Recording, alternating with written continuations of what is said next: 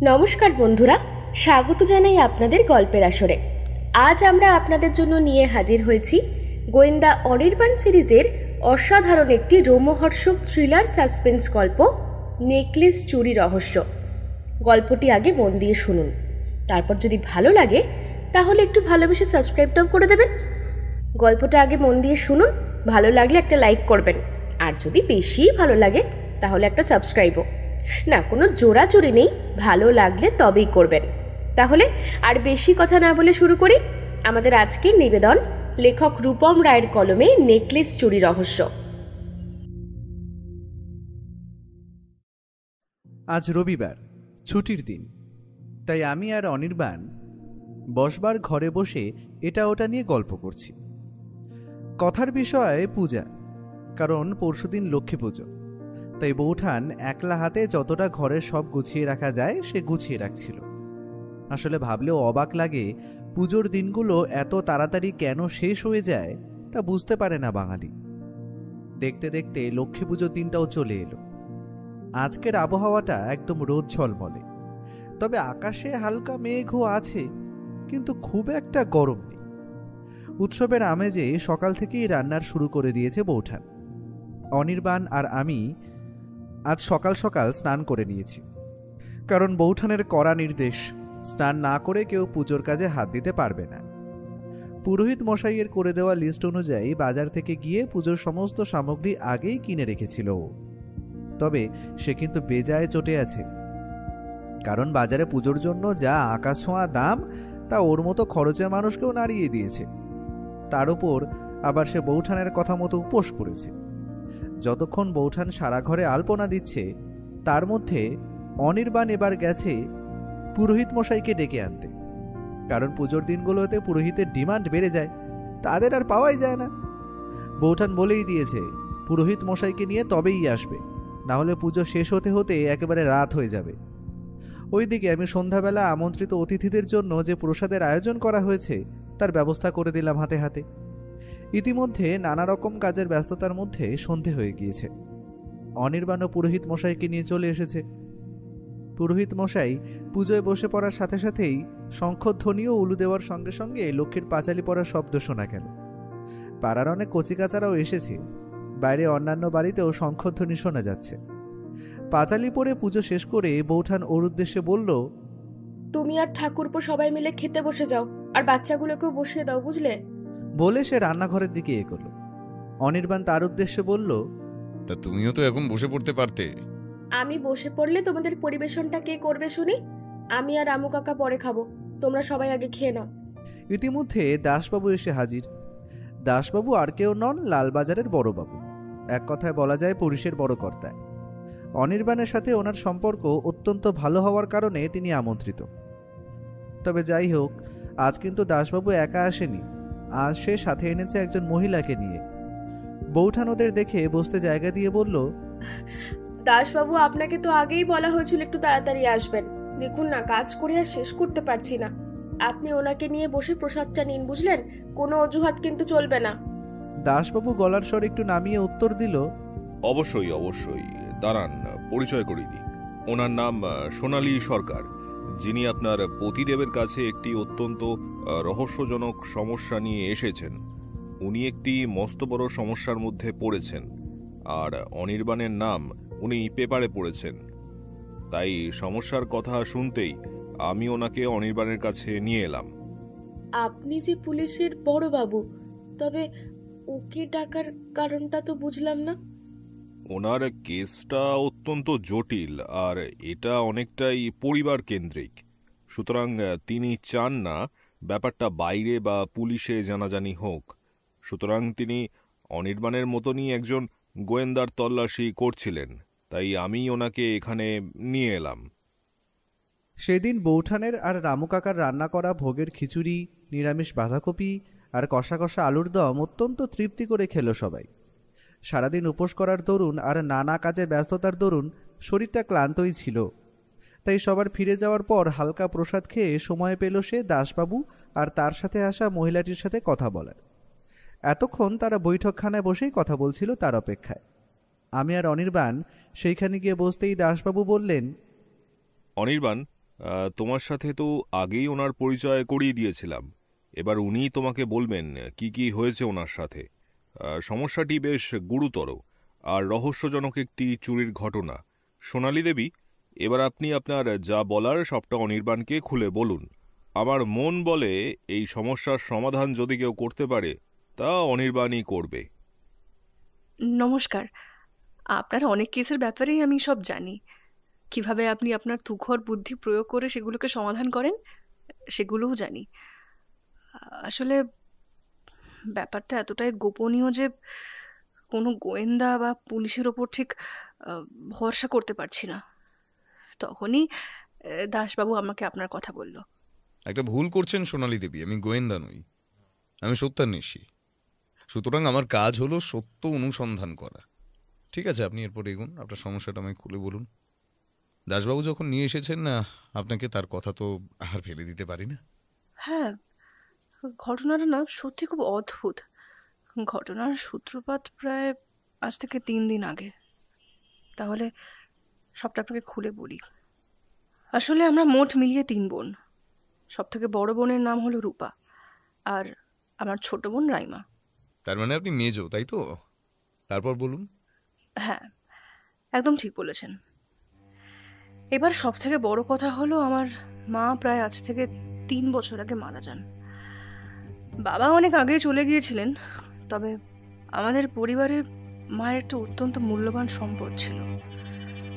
আজকের দিনে সেটার দাম প্রায় 10 থেকে 12 লক্ষ টাকারও বেশি। আর সেটা হলো আমার মায়ের একটা 7 নলি হীরার হার। এবং ওই হারটা অদ্ভুতভাবে চুরি হয়ে গিয়েছে আমাদেরই বাড়ি থেকে। এবার উদ্ধার করুন। ওই হার না পেলে আমি কি করবো আমি জানি না। আমার বোনরা আমাকে সর্বশান্ত করে দেবে। সে চুরি হয়েছে ঠিক আছে, মানলাম, কিন্তু আপনি আপনার বোনেদের ব্যাপারে এমন কথা বলছেন কেন সেটা তো বুঝলাম না। আর আপনি কি সে হার চুরির ব্যাপারে কাউকে সন্দেহ করছেন?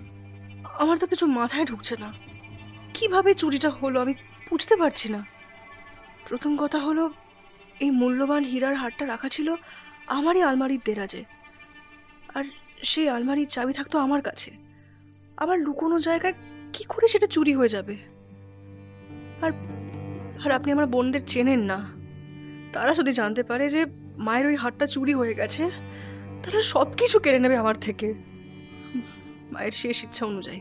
তার মানে আপনি বলছেন আপনার মায়ের কোনো শেষ ইচ্ছা ছিল এই হীরের হারটি নিয়ে, তাই তো? হ্যাঁ, আমার মা মৃত্যুর সময় শয্যায় চেয়েছিলেন যে আমরা 3 বোন যেন ওই হারটা সমানভাবে নিজেদের যত্নে রাখি। তাই তিনি একটা শর্ত দিয়ে গিয়েছিলেন। ওই হারটা আমাদের 3 জনের কাছে বছরে 4 মাস করে করে থাকবে। অর্থাৎ বড় বোনের কাছে প্রথম 4 মাস থাকবে, পরের 4 মাস আমার কাছে থাকবে, আর শেষের 4 মাস থাকবে ওই ছোট বোনের কাছে।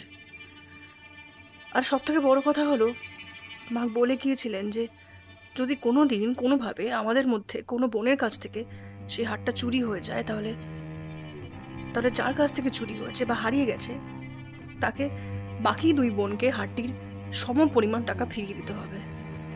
আর আমি যেই ভয়টা পাচ্ছিলাম সেটাই হলো, হারটি চুরি হয়ে গেল আমারই বাড়ি থেকে। আমার বা আমার স্বামীর কারোরই সেই টাকা পয়সা নেই যে ওই হারটার সম পরিমাণ অত টাকা দেব আমি। এখন কি করব বলুন তো? আপনি দয়া করুন, দয়া করে যেখান থেকে পারেন যেভাবে হোক হারটা আমায় খুঁজে দিন, না হলে আমার পরিবার যে পথে বসবে। আর আপনি কি সেই হার চুরির ব্যাপারে কাউকে সন্দেহ করছেন? আমার বাড়িতে খুব একটা বাইরের লোক আসে না। আমার স্বামী অত্যন্ত ছাপোষা মানুষ। যতটা উপার্জন হয় তার সবটাই খরচ হয়ে যায়। তিনি সারা সপ্তাহে শহরে থাকেন, আর শনি রোববারটা ছুটিতে বাড়িতে আসেন। আর আমার বাড়িতে থাকে আমার ছেলে আর আমার একমাত্র মেয়ে। আমি তো বুঝতেই পারছি না কিভাবে হারটা চুরি হয়ে গেল। তবে 1 সপ্তাহ আগে আমি যখন বাজার দিয়ে ফিরছিলাম, তখন খুব অদ্ভুতভাবে আমার বাজারের ব্যাগে একটা কাগজের টুকরো কেউ ফেলে দিয়ে যায়। বাড়িতে ফিরে যখন কাগজের টুকরোটা দেখি, বললে বিশ্বাস করবেন না, বুঝতে পারি যে সেটা একটা হুমকির চিঠি। সেখানে লেখা ছিল, সাবধান, বিপদ আসন্ন। তখন আমি সেটাকে গুরুত্ব দিইনি, আমি ফেলে দিয়েছিলাম। এখন বুঝতে পারছি সেটাকে আমার ফেলে দেওয়া উচিত হয়নি এইভাবে। আজ হচ্ছে মঙ্গলবার, অর্থাৎ যে সময় বাড়ি থেকে হীরের নেকলেসটি চুরি যায় তখন আপনার বাড়িতে উপস্থিত ছিলেন আপনার স্বামী, মেয়ে আর ছেলে, তাই তো? হ্যাঁ, ঠিক তাই। তবে তবে রোববার দিন আমার বাড়িতে আমার ছোট বোন এসেছিল সেই হীরের নেকলেসটা তার সঙ্গে নিয়ে যাওয়ার জন্য। কারণ সেই হারটি আমার কাছে 4 মাস ছিল। এবার ছোট বোনের সেটা নিয়ে যাওয়ার জন্য সময় উপস্থিত হয়ে গেছিল। আর যেদিন নেকলেসটা দেওয়ার জন্য ছোট বোনের সামনেই আমি আলমারিটা খুলি, তখন দেখতে পাই যে আর সেটা নেই ওখানে। তখনই দেখতে পাই যে সেটা আর নেই ওখানে। আপনার বোন সেই নেকলেসটি না পেয়ে কি কোনোভাবে আপনাকে অপমান করেছিল? সে আর বলতে, ওকে তো আপনারা চেনেন না। যখনই সেই হীরের হারটা আলমারিতে উপস্থিত নেই দেখলো, তখনই আমার স্বামীকে গরিব হওয়ার জন্য এটা ওটা সেটা কত কথা শোনালো। আর এটাও জানালো যে আমি নাকি লুকিয়ে সেই হীরের নেকলেসটা আমার স্বামীকে বেচার জন্য দিয়েছি। কিন্তু বললে বিশ্বাস করবে না, আমাদের টাকার উপর লোভ নেই কোনো। কিন্তু চুরি হয়েছে দেখেই বোন জানিয়ে দেয় যে মায়ের শর্ত অনুযায়ী যদি 1 সপ্তাহের মধ্যে আমি হীরের নেকলেসটা না উদ্ধার করতে পারি, তবে তার সমপরিমাণ টাকা 2 বোনকে দিতে হবে। এখন আমি কি করব বলুন তো? সবটাই বুঝতে পারলাম, ঠিক আছে, আমি ব্যাপারটা খুঁটিয়ে দেখব। তবে আমাকে আপনার বাড়ি যেতে হবে, আর কোথা থেকে চুরি হয়েছে এবং হীরের নেকলেসটি কোথায় রাখা ছিল সবটাই কিন্তু আমার দেখা দরকার। আর প্রয়োজন পড়লে আপনার বাড়ির ছেলে মেয়ে এবং স্বামীর সঙ্গে কথা বলে দেখব। যেহেতু আপনি বলছেন আপনার বাড়িতে বাইরের লোক তেমন কেউ আসে না, সুতরাং আমায় ধরতে হবে চোর হয়তো রাত্রিবেলা লুকিয়ে চুরি করেছে, অথবা বাড়ির লোক। এক্ষেত্রে আপনাদের পরিবারের সবার সাহায্য কিন্তু আমার দরকার। আপনি যা ইচ্ছে করুন, কিন্তু যে করেই হোক সেই হীরের নেকলেসটা আমাকে খুঁজে দিন। কারণ যদি না পাই এটা আমি, তাহলে আমাদের পরিবার ভেসে যাবে। আপনি কালকে আমার বাড়ি আসুন না, আমার ছেলে মেয়ে দুজনেই বাড়িতে থাকবে। আপনি সব কথা খুঁটিয়ে বলতে পারবেন। আপনাকে অসংখ্য ধন্যবাদ। আমার এই খারাপ দিনেও পাশে থাকার জন্য অসংখ্য ধন্যবাদ। আজ তাহলে উঠি, কেমন? ঠিক আছে, আমার তো এখন হাতে তেমন অন্য কেস নেই, সুতরাং আমি চেষ্টা করব সকাল সকালই 10টা-11টার মধ্যে আপনার বাড়ি গিয়ে সবটা খুঁজে দেখার। ভদ্রমহিলা নমস্কার করে উঠে দাঁড়ালেন। এর মধ্যে দাসবাবুও উঠে বেরিয়ে গেলেন। কেসটা অত্যন্ত অদ্ভুত না অনির্বাণ? প্রথমে কিন্তু একটা হুমকি চিঠি, তারপর বাড়ি দিয়েই হঠাৎ হীরের নেকলেসটা উধাও হয়ে যাওয়া। তুমি সবটাই তো শুনলে, কি বুঝলে? কাকে সন্দেহ করছো? অনির্বাণ একটু হাসি মুখে বলল, এখনো সেসব বলার কোনো জায়গা খুঁজে পাইনি ভাইয়া, সুতরাং ওনার বাড়ি গিয়ে না পড়লে সবটা বলা অসম্ভব। তবে সন্দেহের চোখে তো সবাইকেই দেখতে হবে। আরে মজা করো না তো, কি বুঝলে তুমি সেটা বলো। আমার মাথায় তো কিছুই আসছে না। দেখো, এতক্ষণ যতটা শুনলাম সবাইকেই সন্দেহের তালিকায় ফেলা যেতেই পারে। যেমন ধরো, এই মহিলার 2 বোন আছে। যদি বোন দুজনের মধ্যে কারোর অত্যন্ত টাকার দরকার, তবে সে টাকার জন্য সেই হীরের নেকলেসটি অন্য কোনো চোরকে দিয়ে চুরি করাতেই পারে। সুতরাং সন্দেহের তালিকায় 2 বোন প্রথম।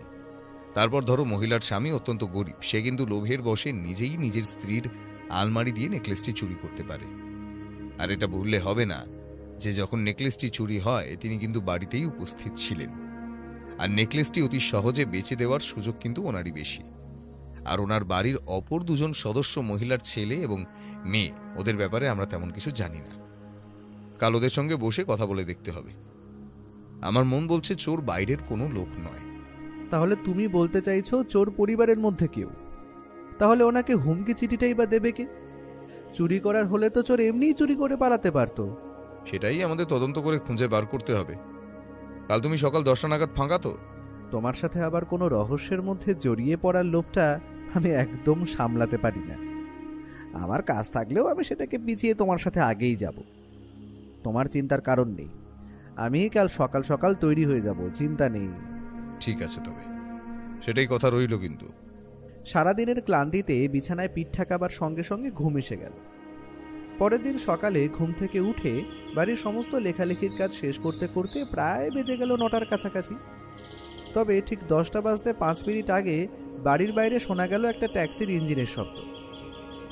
আমি বুঝলাম অনির্বাণ আগে থেকেই ট্যাক্সি করে রেখেছিল। সে যাই হোক, দাসবাবু বলে দিয়েছিলেন কালকের ভদ্রমহিলার বাড়ি। ট্যাক্সি ঠিক 15 মিনিটের মাথায় পৌঁছে দিল তাদের একটি পুরনো ধরনের একতলা বাড়ির সামনে। বাইরে দিয়ে দেখেই বোঝা যায় বাড়িটির রং প্রায় চটেই গেছে, সাথে জায়গায় জায়গায় ভেঙেও পড়েছে। সুতরাং বলাই যায় সোনালী দেবী খারাপ কিছু বলেননি। তার পরিবারের অবস্থা সত্যিই শোচনীয়। গাড়ি দিয়ে নামতে নামতে আমি অনির্বাণের উদ্দেশ্যে বললাম, আচ্ছা অনির্বাণ, তুমি কি এনাদের সাথে কথা বলার পর ওনার 2 বোনের সাথে দেখা করতে যাবে নাকি? কারণ কেসটার সন্দেহের তালিকার মধ্যে তো ওনারাও পড়েন। সেটা পরের কথা, তবে যাওয়া নিশ্চয়ই হবে, কিন্তু আগেই বাড়ির লোকেদের সমস্ত বয়ান শোনা উচিত, যার ফলে আমরা সঠিক তথ্যটি জানতে পারব। বাড়ির পুরনো দরজায় ডোরবেল থাকার দরুন অনির্বাণ সেই ডোরবেলটি প্রেস করার সাথে সাথে দরজা খুলে বেরিয়ে এলেন সোনালী সরকার। দরজা থেকেই তিনি 2 জনকে অভ্যর্থনা করলেন ঘরে প্রবেশ করার জন্য। অসংখ্য ধন্যবাদ আপনাকে। আমার এক কথায় যে আপনি এতটা দূর এসেছেন আমার জন্য, এই অনেক। আসুন আসুন, ভিতরে আসুন। আমরা দুজনেই ঘরের ভেতরে প্রবেশ করলাম। বাড়ির সমস্ত আসবাব এবং সামগ্রী অত্যন্ত সাধারণ ধরনের এবং তাতে জাঁকজমক খুব একটা নেই। ভদ্রমহিলা প্রথমেই 2 জনকে নিয়ে গিয়ে হাজির হলেন ওনাদের নিজেদের শোয়ার ঘরে। এই যে এই যে এই যে এই ঘরটা যে দেখছেন, এটাতেই আমি আর আমার স্বামী থাকি। আরও 2টো ঘর আছে, যার একটিতে আমার মেয়ে আর অপরটিতে আমার ছেলে থাকে। তারা এখন নিজেদের কাজে ব্যস্ত। তাহলে আপনি বলছেন এই ঘরের ওই আলমারিটিতেই ওই হীরের নেকলেসটি আপনি যত্নে রেখেছিলেন এবং সেখান দিয়ে সেটি চুরি হয়ে যায়, তাই তো? আর আপনার এই আলমারির চাবি কোথায় রাখা থাকতো, আর সেটা কে কে জানতো? এই আলমারির চাবিটা আমি সবসময়ের জন্য আমার ঘরের, আমি যে বিছানায় থাকি তার তলায় লুকিয়ে রাখতাম। এই চাবিটা অত্যন্ত গোপনভাবেই রাখা ছিল। বাড়ির সবাই মোটামুটি জানতো যে চাবিটা আমি ওখানেই রাখি, তবে বাইরের লোকের সেটা জানার কোনো প্রশ্নই ওঠে না। এমনকি এটাও আমি হট করে বলতে পারি যে আমার বোনেরাও জানে না যে চাবিটা কোথায় আছে। আপনি আপনার এই আলমারিটি একবার খুলে দেখান তো, আর কোথায় সেই নেকলেসটি রেখেছিলেন সেটি দেখান। ভদ্রমহিলা ওনার বালিশের তলায় রাখা চাবির গোছাটি বার করে ঘোরানোর সাথে সাথেই সেটি খুলে গেল। আলমারির ভিতরটা বেশিরভাগ জামাকাপড়ই ঠাসা, অপরদিকে ওপরের অংশে বেশিরভাগ রয়েছে পুরনো কাঁসার বাসনপত্র। আসলে পুরনো দিনে এই সমস্ত বাসনগুলিকে তুলে রাখা হতো। ভদ্রমহিলা এবার অঙ্গুলি নির্দেশ করলেন একটি ছোট্ট লকারের দিকে। সেটিতে চাবি দেওয়ার সাথে সাথেই খুলে গেল এবং তিনি সেখান থেকে বার করে আনলেন একটি লাল রঙের ভেলভেটের বাক্স এবং সেটি খুলে ওনাদের সামনে মেলে দিয়ে বললেন, এই বাক্সের মধ্যে রাখা ছিল আমার মায়ের সেই অত্যন্ত দামি হীরার নেকলেসটি, যেটাকে আমি শেষ দেখেছিলাম শনিবার। তবে সোমবার দিন যখন আমার বোন সেই নেকলেসকে আমার দিয়ে নিয়ে যেতে এলো, তখনই আলমারি খুলে আমি দেখি, আমি অবাক হয়ে যাই, কারণ সেটা সেখানে ছিল না। অনির্বাণ এগিয়ে গিয়ে সম্পূর্ণ লকারটি ভালো করে একবার খুঁজে দেখল। তারপর সেই লাল রঙের ভেলভেটের বাক্সটা খুলে দেখল। সে যে কতটা কি বুঝলো তা সে নিজেই জানে। এবার সে একটু ঘরের জানলাটির দিকে এগিয়ে গিয়ে সেইখান দিয়ে উকি মেরে দেখল একটা পাইপ বেয়ে গেছে সেইখান থেকে। জানলা দিয়ে চোরের প্রবেশের কোনো আশাই নেই, কারণ সেখানে রয়েছে বড় বড় জং ধরে যাওয়া লোহার রড। এবার সে উত্তেজিত হয়ে বলল, আচ্ছা সোনালী দেবী, আমাকে আপনি একটা কথা বলুন তো। আপনার বাড়ির ছাদ তো আমরা দেখলাম বাইরে গিয়ে, উপরের দিকে সেটিতে ন্যাড়া, সুতরাং সেই ছাদে কি আপনারা যাতায়াত করেন? না না, এই ছাদের দরজা যে কতকাল বন্ধ আর খোলা হয়নি, প্রায় 1 বছরের উপর হবে। সেখানে আমার স্বামী একটা তালা ঝুলিয়ে রেখেছে, সুতরাং সেখান দিয়ে তো চোর আসার কোনো সম্ভাবনাই নেই। আচ্ছা ঠিক আছে, তবে আপনি একটা ব্যবস্থা আমাকে করে দিন। আপনি আপনার ছেলে মেয়েদের ঘরে আমাকে নিয়ে চলুন, আমি তাদের সঙ্গে বসে একটু সময় কথা বলতে চাই। সোনালী দেবী একটু ইতস্তত করে বললেন, ঠিক আছে আসুন, তবে প্রথমেই আছে মিনুর ঘর, তার সাথে আগে কথা বলে নিন। ছেলেটা আমার একটু বদমেজাজি, ওর সাথে কথা বলার সময় একটু বুঝে শুনে কথা বলবেন। হ্যাঁ। অনির্বাণকে সাথে নিয়ে সোনালী দেবী সেই ঘর থেকে বেরিয়ে বাইরের অপর একটি ঘরের দিকে এগিয়ে গেল। ঘরটি অত্যন্ত ছোট হলেও সেটি অত্যন্ত সুন্দরভাবে গোছানো, আর এটা যে কোনো কম বয়সী মেয়ের ঘর হবে সেটা আর বলে দিতে হয় না। অনির্বাণ ঘরে প্রবেশ করার সাথে সাথেই সোনালী দেবীর মেয়ে মিনু বলল, মা, উনি কে? তুমি কি দিদুর হীরের নেকলেসটি চুরি হওয়ার ব্যাপারে ওনার সাহায্য নিচ্ছ? হ্যাঁ মিনু, উনি একজন সত্যান্বেষী বা গোয়েন্দা, অত্যন্ত বুদ্ধিমান। এর আগেও বহু কেস তিনি সমাধান করেছেন। উনি যা যা জিজ্ঞেস করবেন তার সঠিক উত্তর দেবে, তাতে ওনার কাজের সুবিধা হবে। আমাকে প্রশ্ন করে কি লাভ মা? আমি তো আর সেই হীরের নেকলেসটি চুরি করিনি। আমি তোমার কাছে কতবার সেই নেকলেসটি পরবো বলে চেয়েছিলাম, তুমি তখনই আমাকে দাওনি। তাহলে কি আমি চুরি করতে যাব? মিনু, তোমাকে কিন্তু চোর বলা হচ্ছে না। আমি শুধু যা যা জিজ্ঞাসা করব সেটার সঠিক উত্তর দাও, তাহলেই আসল অপরাধী ধরা পড়বে। আচ্ছা ঠিক আছে, বলুন কি জানতে চান? আচ্ছা, তুমি বলছো তুমি তোমার মায়ের কাছে ওই হীরের নেকলেসটি পরার জন্য চেয়েছিলে, তখন তোমার মা দেয়নি, তাই তো? অত দামি একটি হীরের নেকলেস নিয়ে তুমি কি করতে মিনু? খুবই সহজ। আসলে কয়েকদিন আগে আমার একটা বন্ধুর বার্থডে পার্টি ছিল, আর সেখানে আমন্ত্রিত ছিলেন শহরের মানে অনেক বড় বড় মানুষ। আর সেখানে আমন্ত্রিত ছিলেন প্রখ্যাত সিনেমা পরিচালক রাজীব লাহা। আমি ওনার দৃষ্টি আকর্ষণ করতে চেয়েছিলাম, আর ওনার দৃষ্টি আকর্ষণ করতে পারলে আমি হয়তো সিনেমায় হিরোইনের পার্টও পেয়ে যেতাম। আর অত সুন্দর আর দামি একটা হীরের নেকলেস পরে গেলে সবাই আমার দিকেই তাকিয়ে থাকতো। কিন্তু আর কি করার, মা তো আমায় দিল না। ওই জিনিস তো লকারে পড়ে পড়েই ঘুম খায়। একদিন দিলে কি এমন মহাভারত অশুদ্ধ হয়ে যেত? আচ্ছা মিনু, সেটা বুঝলাম। তুমি কি জানতে মায়ের ঘরের আলমারির চাবি কোথায় থাকে? হ্যাঁ, সে আবার জানবো না কেন? আমাদের বাড়ির সবাই জানে মা যে ঘরে ঘুমায় তার বিছানার বালিশের নিচেই রাখে সেটা। আচ্ছা, বুঝলাম। তা তুমি কি কাউকে সন্দেহ করো কেউ চুরিটা করতে পারে আর কি? ওসব আমি জানি না। আমি তো নিজের কাজেই ব্যস্ত থাকি। সারাদিন বই আর ম্যাগাজিন আর নিউজ পেপার পড়ি। আমার দিন এভাবেই কেটে যায়, তাই বাইরের দিকে নজর দেওয়ার অতটা সময় হয় না আমার। অনির্বাণ পুরো ঘরটা একবার চোখ বুলিয়ে নিল। এদিক ওদিক সাজানো আছে অনেক ধরনের বই, আর সব থেকে আশ্চর্য হলো কিছু নিউজ পেপার পড়ার টেবিলের উপরেই রাখা রয়েছে। অর্থাৎ মেয়েটি মিথ্যে কথা বলছে না। তারা বেরিয়ে এলো মিনুর ঘর ছেড়ে। মিনুর ঘরের পাশের একটি ঘরের দরজা বন্ধই ছিল। সোনালী দেবী এগিয়ে গিয়ে বন্ধ দরজায় ঠকঠক করে কড়া নাড়তেই একটি গম্ভীর কণ্ঠস্বর ভেসে এলো। বলেছি না আমাকে বিরক্ত করবে না। কি হয়েছে, কি চাই? একবার দরজাটা খোল বাবা, দুজন এসছেন, তোর সাথে ওনাদের কিছু কথা আছে। আমার কারোর সাথে কোনো কথা নেই। আমি যখন তোমার কাছে 3 লাখ টাকা চেয়েছিলাম ব্যবসা করব বলে, তখন কি তুমি দিয়েছিলে? তোর বাবার অবস্থা তো তুই জানিসই। এই মুহূর্তে তোকে কোনো টাকা দেওয়া সম্ভব না আমাদের পক্ষে। বাবা, আমার মুখ রাখতে এবার অন্তত দরজাটা খোল। এই কথাটা বলার সাথে সাথেই মনে হলো যেন ভেতরের মানুষটির বুকে গিয়ে কথাটি লেগেছে। প্রায় খানিকক্ষণ পরে দরজাটি খুলে গেল। ভেতরে দাঁড়িয়ে আছে একজন বয়স 23-24 যুবক, যার মুখে বিরক্ততার ছাপ স্পষ্ট। সোনালী দেবী বললেন, বাবা, তুই তো ভালো করেই জানিস যে আমাদের হীরের নেকলেসটা চুরি হয়ে গেছে, আর উনি একজন গোয়েন্দা। তুই দয়া করে সঠিক সঠিক উত্তরটা দে, তাতে আমাদেরই সুবিধে। আমরা তাড়াতাড়ি খুঁজে বের করতে পারবো নেকলেসটা। সঞ্জীব সরকার কটমট করে তাকিয়ে দেখে বলল, তোমার কি আমাকে দেখে চোর বলে মনে হয়? এমনিতেই আমাকে ব্যবসার জন্য টাকা দাওনি, আর অপরদিকে আবার আমাকে চোর বলে সাব্যস্ত করছো। আমি তোমাদের কোনো উত্তর দিতে পারবো না। তোমরা যা করবে করে নাও। বলে ছেলেটি ঘর ছেড়ে বেরিয়ে গেল। সোনালী দেবীর মুখটা লজ্জায় লাল হয়ে উঠেছে তখন। অনির্বাণ পুরো ঘরটা একবার ভালো করে চোখ বুলিয়ে নিল। এ ঘরে বইয়ের কোনো চিহ্নই নেই, আর সারা ঘরে সাধারণ অগোছালো জামাকাপড় এদিক ওদিক পড়ে আছে। অনির্বাণ অত্যন্ত শান্তভাবে সোনালী দেবীর উদ্দেশ্যে জিজ্ঞাসা করল, আচ্ছা, আপনার মেয়ের তো দেখলাম অনেক বই পড়ার শখ রয়েছে, সেটা কি আপনার ছেলের নেই? পড়াশোনা করবে আবার সঞ্জীব? ও ছোট থেকেই এরকম বদমেজাজি। তবে ওর একটাই স্বপ্ন, বড় ব্যবসায়ী হবে। তার নাকি 3 লক্ষ টাকা চাই।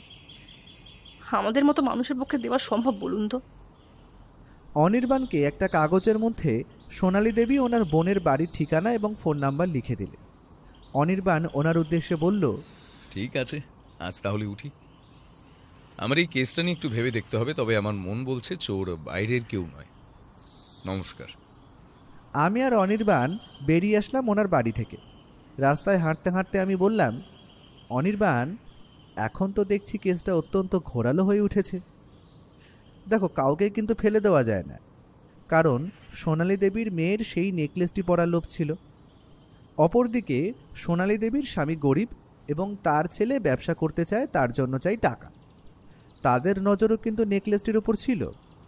তবে ওনার ছোট বোনের ব্যাপারে আমরা খালি কিছু জানি না। তাহলে তোমার কি মনে হচ্ছে চুরিটা কে করতে পারে? কেসটা নিয়ে একটু ভাবার দরকার আছে। এখানে কিন্তু আন্দাজে ঢিল ছোড়া যায় না।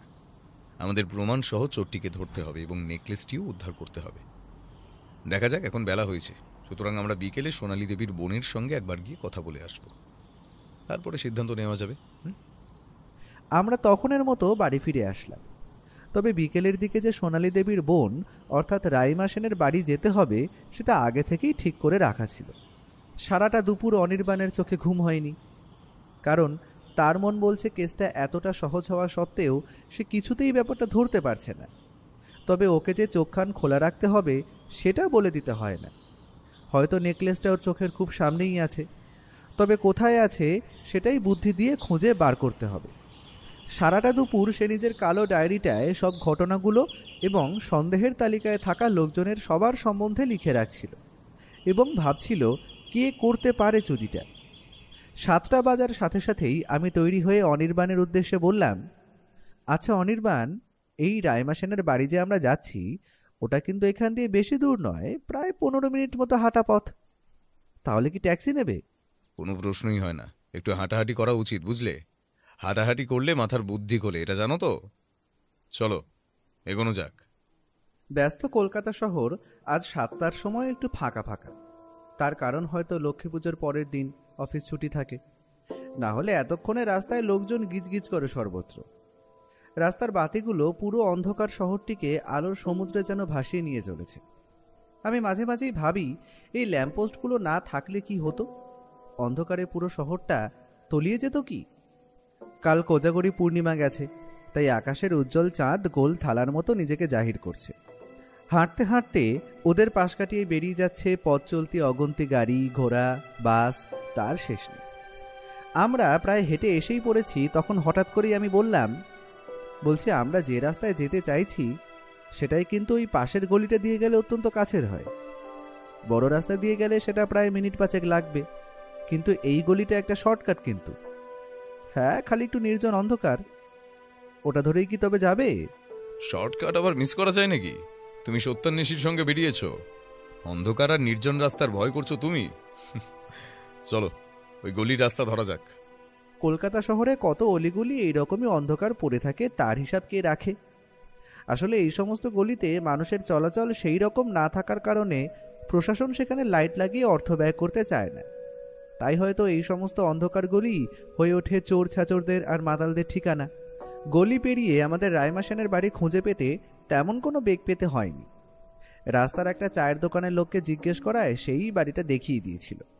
বেশ বড় ধরনের, সুন্দর রং করা এবং সামনে বাগানযুক্ত দোতলা বাড়ি, এবং বাড়ির বাইরে দাঁড়ানো আছে একটি সাদা রঙের অ্যাম্বাসেডর গাড়ি। সুতরাং বলা যায় রাইমা সেনের অবস্থা তার দিদির মতো নয়, বরং তাকে ধনীই বলা চলে। সে যাই হোক, কথা তো বলে দেখতে হবে আমাদের। এগিয়ে গেলাম আমরা, গেট ঠেলে বাড়ির সদর দরজা দিকে এগোলাম। বাইরের কলিং বেল টিপতেই দরজা খোলার শব্দ শোনা গেল। দরজা খুলে আমাদের সামনে যে এসে দাঁড়ালো তিনি যে রাইমা সেন তার বলে দিতে হয় না, কারণ ওনার মুখ অনেকটাই ওনার দিদির সাথে মিলে যায়, এমনকি মহিলার শরীরের গঠনও প্রায় নিজের দিদিরই মতো। অনির্বাণ নমস্কার করে তাই পরিচয় দিয়ে বলল, নমস্কার, আমি সত্যান্বেষী। কথাটা শেষ করার আগেই ভদ্রমহিলা বললেন, হে আমার কি সৌভাগ্য, আপনি স্বয়ং আমার বাড়িতে। আমি আমি তো ভাবতেই পারছি না আপনাকে কে না চেনে বলুন তো। আগের যে শিশু কিডন্যাপিং কেসটায় আপনি যেভাবে বাচ্চাগুলোকে বাঁচিয়েছিলেন, কি কি বলি আর। আসুন আসুন, আপনারা ভিতরে আসুন। আমি আর অনির্বাণ ওনার পেছন পেছন এগিয়ে গেলাম বাড়ির সামনের বৈঠকখানার দিকে। চারিদিকে দামি দামি ফুলদানি ও নানা শৌখিন দ্রব্য ছড়িয়ে ছিটিয়ে আছে বসার ঘরে। এনারা যে অবস্থাপন্ন তা আর বলে দিতে হয় না। আমি একবার মনে মনে ভাবলাম, এত বড় লোক হয়েও কি রাইমা সেন তার গরিব দিদির থেকে চুরি যাওয়া নেকলেসটার টাকা নেবেন? এইসবই ভাবছি, তখনই রাইমা সেন বললেন, আপনি কি মনে করে আমার বাড়িতে? মানে কি কি হয়েছে? আমি তো কিছুই বুঝতে পারছি না। হ্যাঁ হ্যাঁ, হয়েছে হয়েছে। আপনার দিদি অর্থাৎ সোনালী দেবীর বাড়ি থেকে ওই আসছি আমরা। ওনার বাড়ি থেকে যে আপনার মায়ের মূল্যবান হীরের নেকলেসটি চুরি গেছে, আমি ওটারই তদন্ত করছি এবং তদন্তের দিকে অনেকটাই অগ্রসর হয়েছে। তবে তদন্তের প্রয়োজনে আপনার সঙ্গেও কথা বলা দরকার ছিল, তাই আর কি। আচ্ছা আচ্ছা, বুঝলাম। তবে আপনি আমার অবস্থা দেখে যদি ভেবে থাকেন আমি ওর দিয়ে কোনো টাকাই হয়তো নেব না, তাই তো? তাহলে আপনি কিন্তু ভুল ভাবছেন। যে হীরের নেকলেসটি ছিল ওটির আজকালকার দিনে প্রায় 10 লক্ষের উপরে কিন্তু দাম।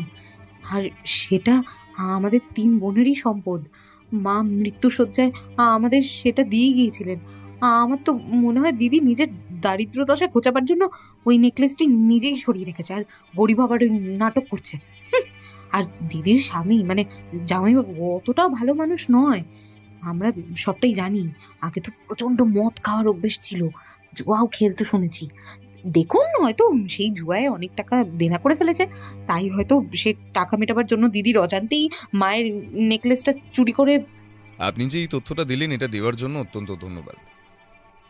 আমি এই ব্যাপারটা জানতামই না। তবে আপনার কি মনে হয় আপনার দিদি ওই নেকলেসটি লুকিয়ে রাখতে পারে? দেখুন, আমার কাছে সবটাই ধোঁয়াশা। তবে হ্যাঁ, ও যদি মনে করে ওই নেকলেসটা নিজে বেচে দিয়ে পুরো টাকাটাই নিজে আত্মসাৎ করবে, সেটা কিন্তু একদম ভুল। আমরা 2 বোন ছেড়ে কথা বলবো না। হ্যাঁ, আমি তো সব সময় দিয়েই এসেছি। 1 সপ্তাহের মধ্যে যদি ওই হীরের নেকলেসটা ও খুঁজে দিতে না পারে, সে যে করেই হোক ওকে তার টাকাটা শোধ করতেই হবে। তা রাইমা, সোনালী দেবী তো আপনার দিদি, আপনার কি ওনার উপর একটু মায়া হচ্ছে না? ধরুন যদি হীরের নেকলেসটি কোনো বাইরের লোকই চুরি করেছে, আর এমন সময় ওনাদের পারিবারিক অবস্থাও সেরকম ভালো না, আমি নিজে গিয়ে দেখেছি, তবে উনি টাকা কি করে শোধ করবে বলুন তো? দেখুন, আমার মন বলে নেকলেসটি বাইরের লোক কিন্তু কেউ চুরি করেনি। কারণ বাড়িতে 3 জন মানুষ, দিদি, দিদির ছেলে আর দিদির মেয়ে, 3জনই বেশিরভাগ সময় বাড়িতেই থাকেন। তার মধ্যে চোর এসে আলমারি খুলে হীরের নেকলেসটা নিয়ে যাবে আর কেউ জানতেও পারবে না? এটা হয় নাকি আবার? সে যাই হোক, আমার সিদ্ধান্ত একটাই, 1 সপ্তাহের মধ্যে বিচার হবে। আপনি আপনার মতো তদন্ত করুন। যদি হীরের নেকলেস খুঁজে পাওয়া যায় তবে তো ভালোই, বেঁচেই যাবে। ঠিক আছে রাইমা দেবী, আজ তবে উঠি কেমন? আমার যা জানার ছিল মোটামুটি জানা হয়ে গেছে। আশা করছি আমি সামান্য কিছু বুঝতে পারছি আর খুব তাড়াতাড়ি এই হীরের নেকলেসটার কেস সলভ করে দিতে পারবো। অসংখ্য ধন্যবাদ। আমি আর অনির্বাণ নমস্কার করে উঠে পড়লাম। বেরিয়ে এলাম উত্তর কলকাতার রাজপথে। তবে এখন সময় বলছে রাত প্রায় 8:30টার কাছাকাছি। আমরা ঠিক করলাম যে পথে এসেছি সেই পথে হেঁটেই ফিরে যাব। এগিয়েই সামনে পড়ল আগের সেই অন্ধকার গলিটার মুখ। 4 মাথার মোড়টায় লোক তখন তেমন একটা ছিল না। পার হয়ে ওই গলিতে ঢুকতে যাব সেই সময় একটা বড় কাণ্ড ঘটে গেল। সমস্ত ঘটনাটা এতটা দ্রুত হলো যে বলে বোঝানো অসম্ভব। আমরা যেদিক থেকে আসছিলাম তার অপর দিক থেকে ভেসে এলো একটা মোটর বাইকের তীব্র ইঞ্জিনের শব্দ। আমি আর অনির্বাণ পথ পার হচ্ছি, হঠাৎ করেই একটা বাইক বলা নেই কওয়া নেই বৃষ্টিভাবে অত্যন্ত দ্রুত বেগে এগিয়ে এলো আমাদের দিকে। যে বাইকটা চালাচ্ছে তার মুখে একটা কালো রঙের মাঙ্কি ক্যাপ, তাই মুখটা দেখা যাচ্ছে না। যে বাইকের চালক সে হয়তো ইচ্ছে করেই এতটা জোরে চালাচ্ছে। লোকটার মতলব ছিল হয়তো অনির্বাণকে গাড়ির নিচে ফেলে আহত করা, কিন্তু অনির্বাণ সবসময় অত্যন্ত চনমনে এবং প্রস্তুত থাকে। এক ধাক্কা সে আমাকে ফেলে দিল রাস্তার অপর প্রান্ত, আর সঙ্গে সঙ্গে শেষ মুহূর্তে নিজেও লাফ মেরে দিল। তারপর একটা ডিগবাজি খেয়ে নিজে পড়লো একটা ল্যাম্পপোস্টের কাছে। ওর হাতে বোধ করি হালকা চোট লেগেছে, তবুও সেটা নিয়ে নিজেই উঠে দাঁড়ালো। তারপর প্যান্টের নিচের দিকটা একটু ঝেড়ে বলল, ভাইয়া তুমি ঠিক আছো তো? হ্যাঁ অনির্বাণ, আমি ঠিক আছি, কিন্তু তোমার হাতটা একটু ছড়ে গেছে তো। ও কিছু হবে না, কিন্তু একটা জিনিস স্পষ্ট হলো, কেউ হয়তো চাইছে না যে আমি এই কেসটা হাতে নিয়ে এগোই। তবে যে হামলাটা করিয়েছে সে ভালোভাবেই আমাদের ফলো করছিল এবং সে অপেক্ষা করছিল কোন সময় আমরা এই পথ দিয়ে বাড়ি ফিরব। চলো বাড়ির দিকে এগোনো যাক, মাথাটা একটু একটু করে খুলছে। বাড়ি পৌঁছে ফ্রেশ হয়ে ডিনার শেষ করলেও দেখলাম অনির্বাণের চোখে সারাটা রাত্রি ঘুম নেই। সে এখন ভাবনার দুনিয়ায় ডুবে আছে। এখন কেউ ওকে ডিস্টার্ব করে ও পছন্দ করে না। সে হয়তো এই কেসের রহস্যের সমাধান করার অনেক কাছে চলে এসেছে, আর সেটা শুধু সময়ের অপেক্ষা। তবে বাইকে যে লোকটার ওপর আজ হামলা করলো তাকে কিন্তু অনির্বাণ চিনতে পেরেছে। আসলে চিনেছে একটা ট্যাটুর মাধ্যমে, যেটা লোকটার বাম হাতের ওপরে আছে। তবে রাত 2টো নাগাদ ভাবনা করতে করতে সে তদন্তের একদম শেষে এসে পড়েছে, তখন তার মুখে তখন খেলা করছে একটা বিজয়ের হাসি। পরের দিন অনির্বাণ সকাল সকাল ঘুম থেকে উঠেই টেলিফোন করে সোনালী দেবীকে জানিয়ে দিয়েছে যে আমরা আজ বেলা 12টার দিকে ওনার বাড়িতে আসছি। কাল রাতে ভালো মতো ঘুম হয়নি, বুঝলে ভাই। এই কেসটার সমাধান প্রায় হয়ে গেছে, শুধু সময়ের অপেক্ষা। এবার দেখার যে আমার অনুমানটাই সঠিক কিনা। ট্যাক্সি ছেড়ে দিল। কলকাতার রাস্তায় আর জ্যাম থাকায় বেশ সময় গেল তাদের বাড়িতে পৌঁছতে। সোনালী দেবীর আজ দেখা গেল মুখটা একটু ভার, হয়তো সত্যিটা উন্মুক্ত হবে তার চিন্তায় এমন অবস্থা ওনার। সে যাই হোক, প্রথমে সবাই বৈঠকখানায় বসলো আর অনির্বাণ বলল, আপনার ছেলে এবং মেয়েকে একবার খবর দিন, ওদের আমায় কিছু প্রশ্ন করার আছে। তারপর আপনার মায়ের অত্যন্ত দামি হীরের নেকলেসটি খুঁজে বার করা হবে। আর কোনো চিন্তার বিষয় নেই, কারণ আমি খোঁজ নিয়ে জানতে পেরেছি যে হীরের নেকলেসটি চুরি গেছে ঠিকই, তবে বাড়ির বাইরে যায়নি, যদি না চোর তার জায়গা বদল করে থাকে কিংবা কাউকে দিয়ে থাকে। সোনালী দেবী ওনার ছেলে এবং মেয়েকে ডাক দিল।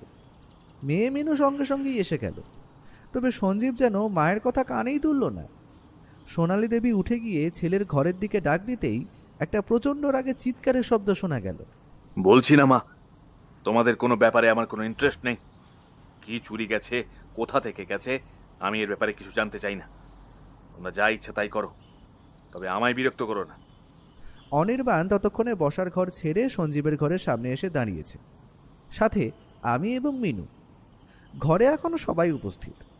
ঠিক এমন সময় একটু কড়া গলায় অনির্বাণ প্রশ্ন করল, তুমি না জানতে চাইলেও সঞ্জীব, আমার কিছু জানার আছে, আর তুমি সেই প্রশ্নের উত্তর দিতে বাধ্য। না, আমি বাধ্য নই। আপনার যা ইচ্ছা তাই করুন, আমি কিছুই বলবো না। লালবাজারে পুলিশ বিভাগে আমার বন্ধু পাণ্ডেবাবু কিন্তু আছেন, যদি কেসটা পুলিশ পর্যন্ত চলে যায় আর কি, বা পুলিশ এসে তোমাকে জিজ্ঞাসা করে, তবেও কি কোনো উত্তর দেবে না সঞ্জীব? পুলিশের কথা শোনা মাত্রই সঞ্জীবের কপালে যেন ঘামের বিন্দু দেখা দিল। সে সেই রকমই নিথর হয়ে দাঁড়িয়ে রইল। অনির্বাণ আর সময় নষ্ট করল না, সোজাসুজি প্রশ্নটা করেই ফেলল।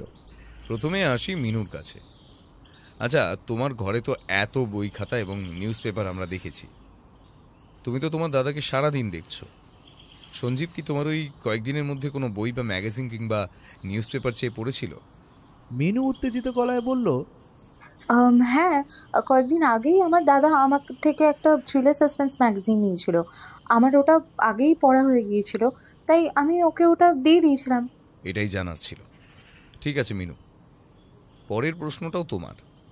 তোমার দাদার কি এমনিতে কয়েকটা বই পড়ার অভ্যাস আছে? কারণ আমরা কিন্তু তার ঘরে একটিও বই দেখতে পাইনি, এমনকি কোনো নিউজ পেপার বা কাগজের টুকরোও পর্যন্ত এই ঘরে নেই।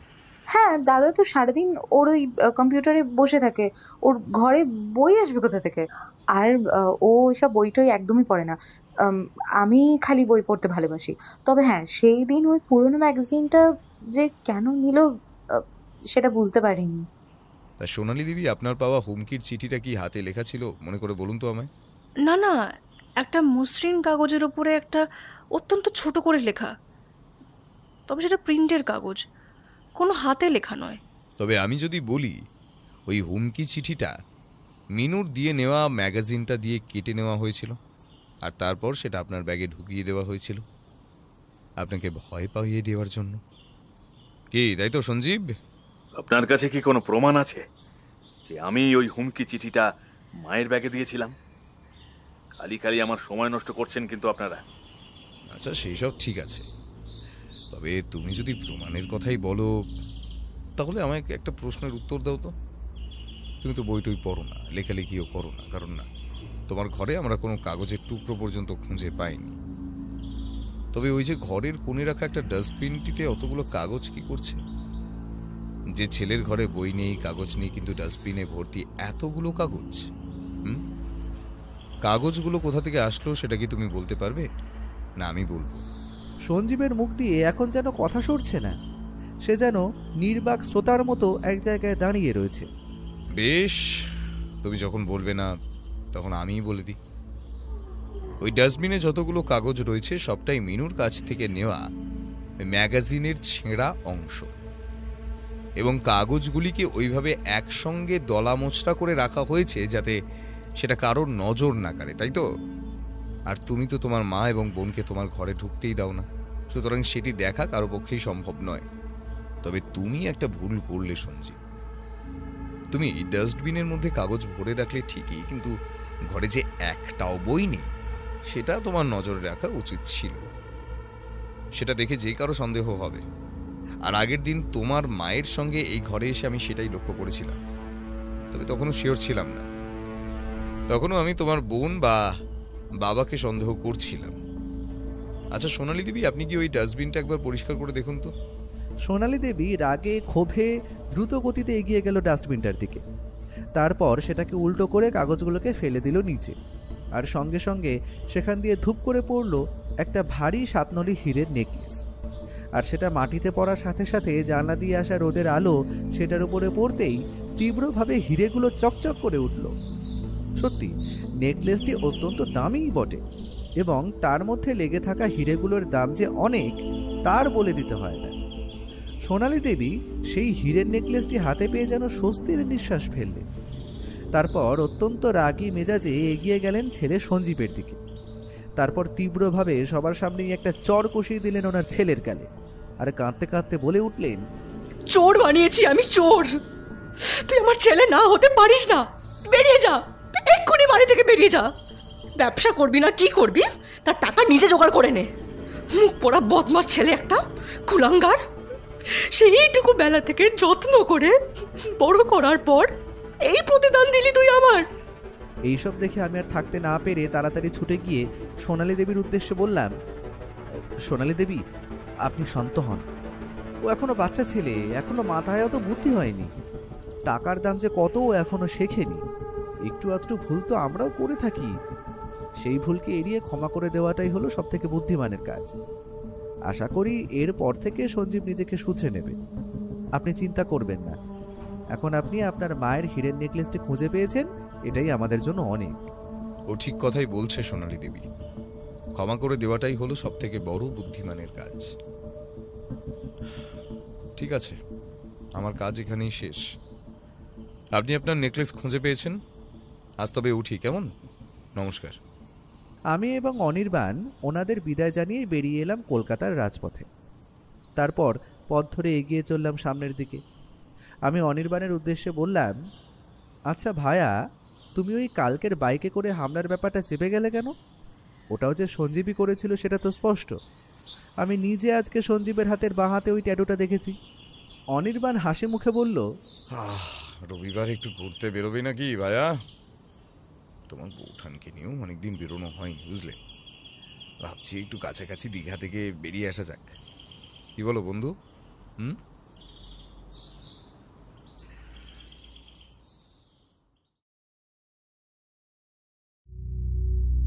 আপনারা এতক্ষণ শুনছিলেন লেখক রূপম রায়ের কলমে গোয়েন্দা অনির্বাণ সিরিজের গল্প নেকলেস চুরি রহস্য। গল্পটা আশা করি খুব ভালো লেগেছে। খুবই ভালো লেগেছে। তাহলে ভালোবাসা নেবেন আর সবাই খুব ভালো থাকবেন। আজকের মতো গল্পের আসর সাইনিং অফ।